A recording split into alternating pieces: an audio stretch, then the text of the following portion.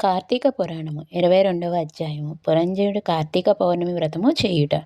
మరలా అత్రి మహాముని అగస్త్యునికి ఇట్లు చెప్పదొడగెను.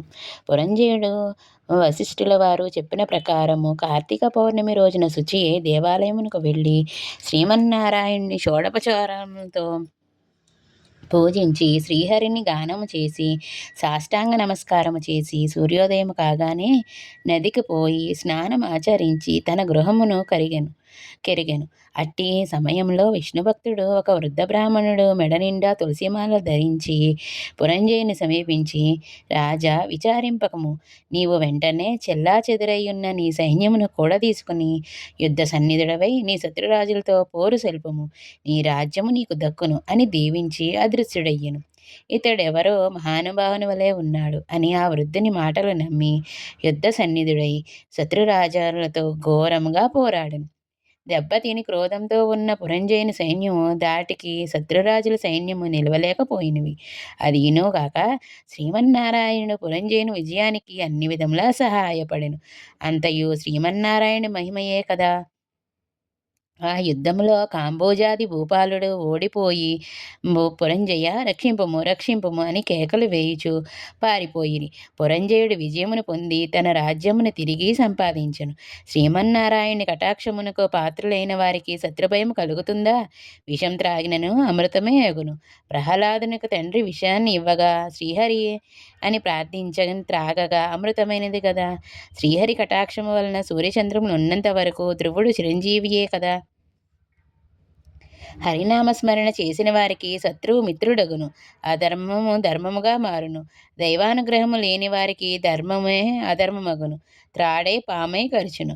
కార్తీక మాసం అంతయు నదీ స్నానమునరించి దేవాలయంలో జ్యోతిని వెలిగించి దీపారాధన చేసినచో సర్వ విపత్తులు పటాపంచులగును. అన్ని సౌఖ్యములు సమకూరును. విష్ణు భక్తి కలిగి శ్రద్ధతో ఆ వ్రతం ఆచరించిన వారికి ఏ జాతి వారికైనను పుణ్యము సమానమే. బ్రాహ్మణ జన్మమెత్తి సకల శాస్త్రములు చదివి కూడా విష్ణుభక్తి శూన్యమైనచో శూద్రకులంతో సమానమగును. వేదాధ్యయనం మునరించి దైవభక్తి కలవాడే కార్తీక వ్రతానుష్ఠాన తత్పరుడైన వైష్ణవోత్తమని హృదయమ పద్మమున భగవంతుడుండును. సంసార సాగరం ఉత్తరించుటకు దేవభక్తియే సాధనం. జాతి భేదముతో నిమిత్తము లేదు. విష్ణుభక్తి ప్రభావము వర్ణనాతీతము. వ్యాసుడు, అంబరీషుడు, సౌనకాది మహర్షులు మరెందరో రాజాదిరాజులు కూడా విష్ణుభక్తితో ముక్తి నొందిరి. శ్రీహరి భక్తవత్సలుడు. సదా పుణ్యాత్ముల కంటికి రెప్పవలే కాపాడుచుండెను. ఎవరికైనాను శక్తి లేని ఎడల వారు తమ ద్రవ్యమును వెచ్చించి అయినను మరి ఒకరి చేత దాన ధర్మములు వ్రతములు చేయించవచ్చును. శ్రీహరి భక్తులు అన్యోన్య సంబంధీకులు. అందువలన పోషకుడైన భక్త రక్షకుడైన ఆదినారాయణుడు తన భక్తులకు సదా సంపదలను నొసంగి కాపాడుచుండెను. శ్రీమన్నారాయణుడు సర్వాంతర్యామి. 1000 సూర్యభగవానుల తేజస్సు కలవాడు. నిరాకారుడు, నిర్వికల్పుడు, నిత్యానందుడు, నీరజాక్షుడు. 14 లోకములను తన కుక్షియందు ఉంచుకొని కాపాడుచున్న ఆదినారాయణుడు. అటువంటి శ్రీ మహావిష్ణువు అతి ప్రియమైన కార్తీక మాస వ్రతమును భక్తి శ్రద్ధలతో ఎవరు చేయుదురో వారి ఇంట శ్రీ మహావిష్ణువు లక్ష్మీ సమేతుడై వెలయుగలడు. ఆ ఇల్లు సిరి సంపదలతో కలకలలాడును. కార్తీక మాసంలో శుచి అయి పురాణ పఠనం చేసినచో పితృదేవతలు సంతసించెదరు. వారి వంశమంతయు తరించును.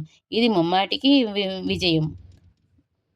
ద్వాదశవింశోధ్యాయ 22వ రోజు పారాయణ సంపూర్ణము.